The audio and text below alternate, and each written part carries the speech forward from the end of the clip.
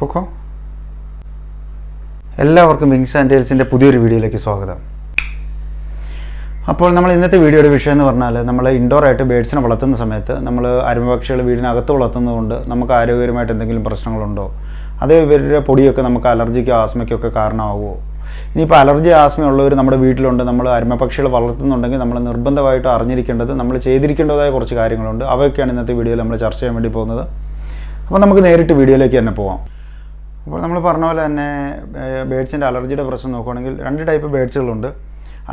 Dust വല്ലാണ്ട് produce ചെയ്യുന്നതും ഒരു പൗഡർ ടൈപ്പുള്ള പൊടികൾ ദേഹത്തുനിന്ന് ഉണ്ടാക്കുന്നതും വലിയ കാര്യമായിട്ട് ഈ ഡസ്റ്റിൻ്റെ പ്രശ്നം ഇല്ലാത്തതുമായ ബേഡ്സ് ഉണ്ട്. അപ്പോൾ ഡസ്റ്റ് കൂടുതലായിട്ടുള്ള ബേഡ്സ് ഏതൊക്കെയാണെന്ന് നമുക്ക് നോക്കാം. ഡസ്റ്റ് കൂടുതലായിട്ടുള്ള ബേഡ്സ് നമ്മൾ ഏറ്റവും കോമൺ ആയിട്ട് നാട്ടിലൊക്കെ കുട്ടികളുടെ പെറ്റ്സായിട്ട് വളർത്തുന്ന കൊക്ടെയിൽസ്, അതുപോലെ തന്നെ എല്ലാവരുടെയും ഫേവറേറ്റ് ഇവിടെ ആഫ്രിക്കൻ ഗ്രേ നല്ല ടോക്കറാണ്.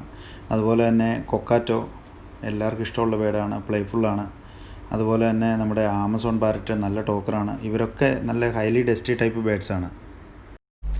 അപ്പോൾ ചില ബേഡ്സിൻ്റെ ദേഹത്ത് എന്താണ് ഡസ്റ്റ് കാണാൻ കാരണം എന്ന് പറഞ്ഞാൽ, അതിൻ്റെ ഏത് ട്രോപ്പിക്കൽ റീജിയനിൽ നിന്നാണ് വരുന്നത്, അതിൻ്റെ കാലാവസ്ഥയ്ക്ക് അനുസരിച്ചിട്ട് അതിന് ഉള്ള ഒരു മ്യൂട്ടേഷൻ, അതിൻ്റെ ഒരു സവിശേഷതയാണ് അതിൻ്റെ ശരീരത്തിൽ ഡസ്റ്റ് ഉള്ളത്.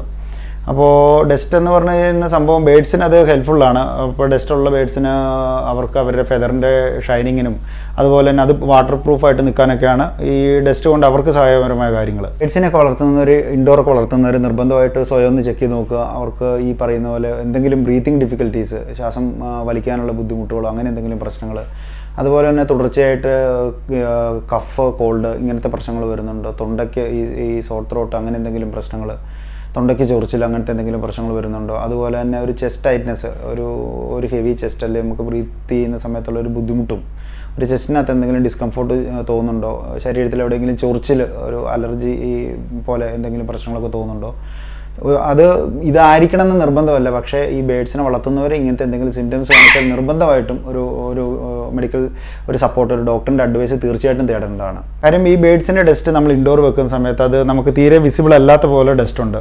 അത് നമ്മൾ ഇൻഹേൽ ചെയ്ത് നമ്മുടെ ലങ്സിലോട്ട് ചെല്ലുകയും അത് നമുക്ക് ബ്രീത്തിങ് ഡിഫിക്കൽട്ടീസും പല ഇഷ്യൂസ് ഉണ്ടാക്കാൻ കാരണമാകും. പ്രത്യേകിച്ച് ഞാൻ നേരത്തെ പറഞ്ഞ പോലെ ആസ്മയും അലർജി ഉള്ളവർക്കും, അതല്ല ഇനിയിപ്പോൾ ഇത് വരാനൊക്കെ ഉള്ളൊരു ചാൻസ് പോലെ നിൽക്കുന്നവർക്ക് അത് പെട്ടെന്ന് ട്രിഗർ ചെയ്ത് ആ ഒരു അസുഖത്തിലേക്ക് എത്തിക്കാൻ ഇത് കാരണമാകുന്നുണ്ട്.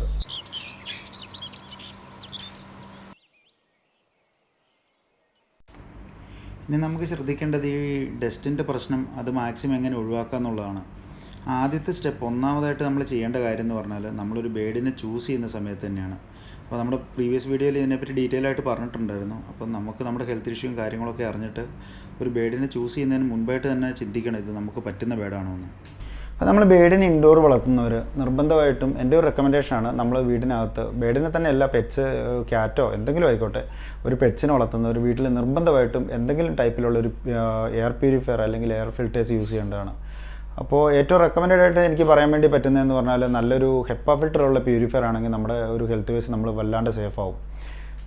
നമ്മളൊരു ഹെപ്പ ഫിൽറ്ററുള്ള എയർ പ്യൂരിഫയർ ആണ് നമ്മൾ യൂസ് ചെയ്യുന്നതെങ്കിൽ നമുക്കതിനകത്ത് നമ്മുടെ റൂമിൻ്റെ ടെമ്പറേച്ചർ, ഹ്യൂമിഡിറ്റി, അതുപോലെ തന്നെ നമ്മുടെ എയർ എത്ര ക്ലീനാണ്, എത്ര പൊല്യൂട്ടഡ് ആണ്, ഈ ഒരു ഡീറ്റെയിൽസൊക്കെ അതിനകത്ത് ഡിസ്പ്ലേയിലുണ്ടാകും. അത് മാത്രമല്ല, നമുക്ക് ഒരു മൊബൈൽ ഫോൺ വെച്ചിട്ട് തന്നെ അതിൻ്റെ ഒരു ആപ്പും കൂടെ ഉണ്ടെന്നുണ്ടെങ്കിൽ നമുക്ക് വളരെ നമുക്ക് കാര്യങ്ങൾ കാണാനും, ഇടയ്ക്ക് നമ്മൾ വീട്ടിൽ നിന്ന് കുറച്ച് പുറത്താണോ അല്ലെങ്കിൽ ഓഫീസിലൊക്കെ ആണെന്നുണ്ടെങ്കിൽ അത് എയർ ഒരു ക്ലീൻ അല്ലാത്ത കണ്ടു കഴിഞ്ഞാൽ നമ്മൾ അതിൻ്റെ മോഡ് ചേഞ്ച് ചെയ്തിട്ട് കുറച്ചും കൂടെ ഒരു ഹൈ എഫിഷ്യൻസി വർക്ക് ചെയ്യിപ്പിക്കാനൊക്കെ വേണ്ടി പറ്റും.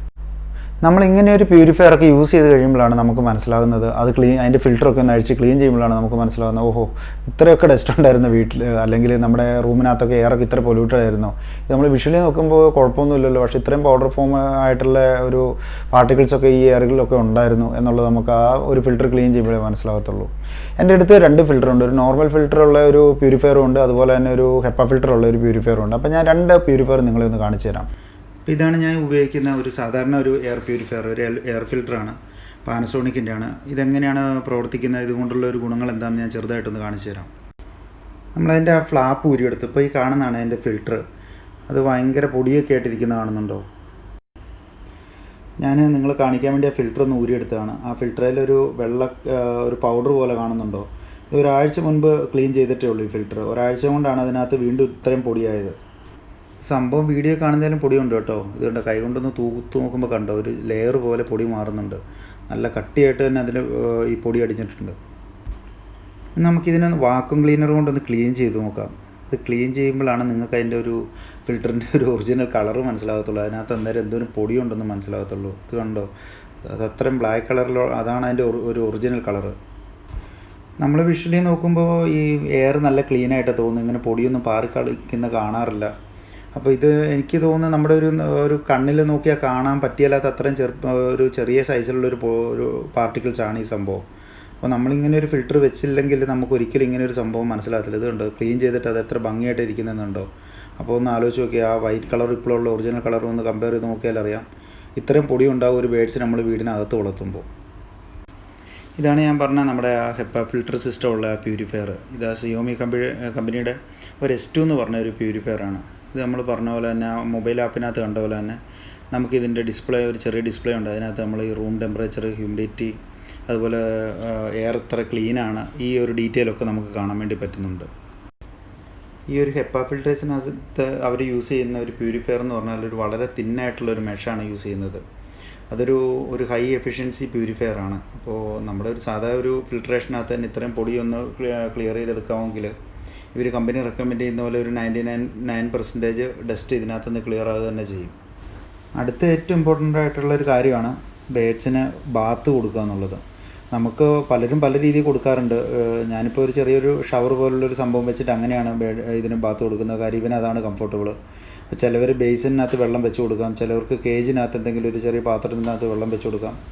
അതെങ്ങനെ ചെയ്യണമെന്നില്ല, ബേഡ്സിന് സൗകര്യമുള്ള പോലെ നമുക്ക് സൗകര്യമുള്ള പോലെ അത് ചെയ്യാം. പക്ഷേ ബേഡിന്, പ്രത്യേകിച്ച് ഈ ഗ്രേ പോലെയുള്ള ഡസ്റ്റി ബേഡ്സിന് ബാത്ത് മസ്റ്റാണ്. ബുദ്ധിമുട്ടില്ലെങ്കിൽ ഡെയിലി പോലും ബാത്ത് കൊടുത്താൽ കുഴപ്പമില്ല. പക്ഷേ ഒരു 3 days എങ്കിലും കൂടുമ്പോൾ മിനിമം ബേഡിന് ബാത്ത് നമ്മൾ മസ്റ്റായിട്ട് കൊടുത്തിരിക്കണം. അടുത്ത വളരെ ഇമ്പോർട്ടൻ്റ് ആയിട്ടുള്ളൊരു കാര്യമാണ് ബേഡ്സിൻ്റെ കേജ് വളരെ വൃത്തിയായി സൂക്ഷിക്കുക എന്നുള്ളത്. ബേഡിൻ്റെ കേജ് ഡെയിലി ക്ലീൻ ചെയ്യുക. പ്രത്യേകിച്ച് ആ ബോട്ടം ഭാഗം, ആ ട്രേ ഒക്കെ ഫുഡ് പാർട്ടികൾ വീഴുന്ന ട്രേ ഒക്കെ എല്ലാ ദിവസവും തന്നെ ഊരി ക്ലീൻ ചെയ്യുക. പിന്നെ ഒരു തറവലി ക്ലീനിങ് മസ്റ്റായിട്ട് ഒരാഴ്ചയിൽ ഒരിക്കലെങ്കിലും ചെയ്യുക. ഇതുകൊണ്ട് ബേഡിൻ്റെ കേജിൻ്റെ അകമൊക്കെ ഇത് ഒരുവിധം വൃത്തിയായിട്ട്, ഇത്രയെങ്കിലും വൃത്തിയായിട്ട് ബേഡിൻ്റെ കേജൊക്കെ നമ്മൾ സൂക്ഷിക്കണം. പിന്നെ നമ്മൾ ശ്രദ്ധിക്കേണ്ട വളരെ അത്യാവശ്യമായിട്ടുള്ളൊരു കാര്യം എന്ന് പറഞ്ഞാൽ നമ്മുടെ വെന്റിലേഷനൊക്കെ മെയിനായിട്ടും AC ഒക്കെ ഉള്ള ഒരു ബിൽഡിങ്ങുകളാണെങ്കിൽ AC ഫിൽറ്ററിൽ കൂടെ ആയിരിക്കും. AC വർക്ക് ചെയ്യുന്ന സമയത്ത് ഈ ഡസ്റ്റ് എല്ലാം AC ഫിൽറ്ററിനകത്ത് അടിഞ്ഞു കൂടാനുള്ള സാധ്യത വളരെ കൂടുതലാണ്. സാധ്യത വളരെ കൂടുതലാണെന്നല്ല, അങ്ങനെ തന്നെയാണ് സംഭവിക്കാറുള്ളത്. അപ്പോൾ AC ഫിൽറ്റേഴ്സും നിർബന്ധമായിട്ട് ക്ലീൻ ചെയ്യുക. അതുപോലെ തന്നെ AC സർവീസ് ചെയ്യുന്നുണ്ടെങ്കിൽ, പീരിയോഡിക്കലി സർവീസ് ചെയ്യുന്നുണ്ടെങ്കിൽ ആ ഒരു കാര്യത്തിൽ ഒരു മടി വിചാരിക്കില്ല, അതും പ്രോപ്പറായിട്ട് ചെയ്യുക. ഇപ്പോൾ AC ഇല്ലാത്തൊരു ബിൽഡിങ്ങിലൊക്കെ ആണെങ്കിൽ നമ്മൾ സൗകര്യപ്പെടുകയാണെങ്കിൽ, സാധ്യത ഉണ്ടെങ്കിൽ ഒരു എക്സോസ്റ്റ് ഫാൻ ഫിറ്റ് ചെയ്യുക. എക്സോസ്റ്റ് ഫാൻ ഫിറ്റ് ചെയ്യുമ്പോൾ നമ്മളായിട്ടൊരു കാര്യം ശ്രദ്ധിക്കണം, ഒരു ചെറിയ മെഷോ നെറ്റോ വെച്ചിട്ട് എക്സോസ്റ്റ് ഫാനിൻ്റെ ആ വലിയൊരു ഓപ്പണിങ് ഒന്ന് അടയ്ക്കണം. അതല്ലെങ്കിൽ ഉള്ളൊരു കാര്യം എന്ന് പറഞ്ഞാൽ ബേഡ്സിനെ നമ്മൾ തുറന്നു വിടുന്ന സമയത്ത് ഈ ഹോളിലൊക്കെ പോയി കുടുങ്ങി, എക്സോസ്റ്റ് ഫാനിൻ്റെ ഉള്ളിൽ ബേഡ് പോയി കുടുങ്ങിയിട്ട് ഒരു അപകടം സംഭവിക്കാനും, അതല്ലാതെ ഓഫായിട്ടിരിക്കുന്ന സമയത്താണെങ്കിൽ അതിൽ കൂടെ പുറത്തു പോകാനൊക്കെ ഉള്ളൊരു സാധ്യതയുണ്ട്. അപ്പോൾ അതിനെ പ്രോപ്പറായിട്ട് സെക്യൂർ ചെയ്യുക. ഈ പറയുന്ന പോലെ ഒരു എക്സോസ്റ്റ് ഫാൻ കൊടുക്കുകയാണെങ്കിൽ അതൊരു നല്ല കാര്യം തന്നെയായിരിക്കും. പിന്നെ നമ്മൾ ശ്രദ്ധിക്കേണ്ട ഒരു കാര്യമാണ് ബേഡിന് നല്ല ഹെൽത്തി ആയിട്ടുള്ള ഒരു ഡയറ്റ് തന്നെ നമ്മൾ പ്ലാൻ ചെയ്യുക. അതായത് പെല്ലറ്റ്സും, വെജിറ്റബിളും, ഫ്രൂട്ട്സും, പിന്നെ കുറച്ച് മിക്സ് സീഡ്സ് ഒക്കെ ആയിട്ടുള്ളത്. ചിലവർ ബേഡ്സിന് മിക്സ് സീഡ് തന്നെ മെയിനായിട്ടൊരു seed mix based diet maintain ചെയ്യുന്നത് കാണാറുണ്ട്. അപ്പോൾ അതൊരു വളരെ ഒരു ഹെൽത്തി ആയിട്ടുള്ളൊരു റുട്ടീനല്ല. ഒരു ബേഡ്സിന് എന്തെങ്കിലും ഒരു ഹെൽത്ത് ഇഷ്യൂ ഉണ്ടെങ്കിൽ അതും ഈ പറയുന്ന പോലെ ഡസ്റ്റ് കൂടാൻ അല്ലെങ്കിൽ അത് ട്രിഗർ ചെയ്യാനുള്ള ഒരു കാരണമാണ്. അപ്പോൾ ബേഡ്സിന് വളരെ നല്ലൊരു ഡയറ്റ് തന്നെ നമ്മൾ ഫോളോ ചെയ്യുക. ബേഡ്സിൻ്റെ ഹെൽത്ത് ഇഷ്യൂ മാത്രമല്ല ഈ സൺഫ്ലവർ സീഡ്സ് പോലെയുള്ള സംഭവങ്ങൾ ഉണ്ടാക്കുന്ന കാര്യം. സൺഫ്ലവർ സീഡിന് തന്നെ ഒരു പൊടിയുള്ള സംഭവമാണ്. അതൊരു ഹ്യൂമൻ അലർജിക്ക് കാരണമാക്കുന്ന സാധനമാണ്. പിന്നെ അതുപോലെ തന്നെ നമ്മൾ ചെയ്യേണ്ട അടുത്തൊരു കാര്യം എന്ന് പറഞ്ഞാൽ നമ്മൾ ഈ കേജ്, റൂമൊക്കെ ക്ലീൻ ചെയ്യുന്ന കാര്യം പറഞ്ഞു. അതുപോലെ തന്നെ ഒരു വീക്ക്ലി വൺസ് എങ്കിലും നമ്മുടെ വീട് വളരെ ഒരു തറവലി, മിനിമം ബേഡ് ഇരിക്കുന്ന റൂം നല്ലപോലെ വൃത്തിയായിട്ട് ക്ലീൻ ചെയ്യുക. കാര്യം ഫർണിച്ചറിൻ്റെ ബാക്ക് സൈഡുകളിൽ, അതുപോലെ കബോർഡിൻ്റെ ഇടയ്ക്ക്, സോഫയുടെ ഒക്കെ അടിയിൽ നമ്മൾ കാണാതെ ചെറിയ ഡസ്റ്റുകളൊക്കെ പോയി അത് അവിടെ ഒന്ന് അടിഞ്ഞു കൂടാനുള്ള സാധ്യതയുണ്ട്. നമ്മൾ ഫാൻ ഇടുമ്പോഴൊക്കെ ഒരു കോർണറിലോട്ട് പൊടികൾ മാറുമല്ലോ.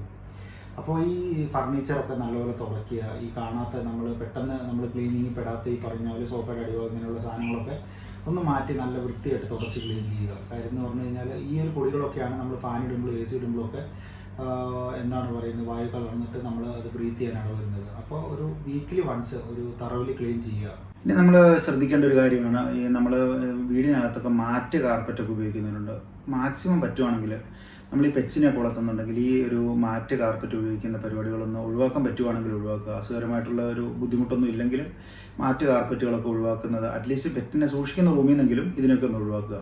ഇനിയിപ്പോൾ അത് നമുക്ക് അവിടെ കൂടിയ തീരൂ എന്നുള്ളൊരു സാഹചര്യം ആണെങ്കിൽ കുഴപ്പമില്ല, അതവിടെ സൂക്ഷിച്ചോളൂ. പക്ഷേ അത് വളരെ വൃത്തിയായിട്ടാണ് അത് മെയിൻറ്റെയിൻ ചെയ്യുന്നതെന്ന് ഉറപ്പുവരുത്തുക. മിനിമം വീക്കിലി വൺസ് അത് നമ്മൾ വാക്യൂം ക്ലീനറൊക്കെ വെച്ചിട്ട് വളരെ വൃത്തിയായിട്ട് അത് നിർബന്ധമായിട്ട് അത് ക്ലീൻ ചെയ്യുക. അപ്പോൾ ഇന്നത്തെ വീഡിയോ എല്ലാവർക്കും ഇഷ്ടപ്പെട്ടു എന്ന് വിചാരിക്കുന്നു. വീഡിയോ യൂസ്ഫുൾ ആണെങ്കിൽ, അല്ലെങ്കിൽ നിങ്ങളുടെ ഫ്രണ്ട്സ് ആരെങ്കിലും ഇങ്ങനെ പെറ്റ്സ് വളർത്തുന്നുണ്ടെങ്കിൽ, അല്ലെങ്കിൽ അവർക്ക് ഈ വീഡിയോ യൂസ്ഫുൾ ആവുമെന്ന് നിങ്ങൾക്ക് തോന്നുമെങ്കിൽ തീർച്ചയായും വീഡിയോ അവർക്ക് കൂടി ഷെയർ ചെയ്ത് കൊടുക്കുക. ചാനൽ ആദ്യമായിട്ട് വീഡിയോ കാണുന്നവരാണെങ്കിൽ ചാനൽ സബ്സ്ക്രൈബ് ചെയ്യുക. വീഡിയോ ഇഷ്ടപ്പെട്ടെങ്കിൽ വീഡിയോ ലൈക്ക് ചെയ്യുക. അതുപോലെ നിങ്ങളുടെ അഭിപ്രായങ്ങളും സജഷൻസും കമൻറ്റ് ബോക്സിൽ രേഖപ്പെടുത്തുക. വീഡിയോ കാണുകയും സപ്പോർട്ട് ചെയ്യുകയും ചെയ്യുന്ന എല്ലാവർക്കും ഒത്തിരി താങ്ക്സ്. അപ്പോൾ പുതിയൊരു വീഡിയോയുമായി നല്ല സബ്ജക്റ്റുമായി വളരെ വേഗം നിങ്ങളുടെ മുന്നിലേക്ക് വരുന്നു. Wings and tiles.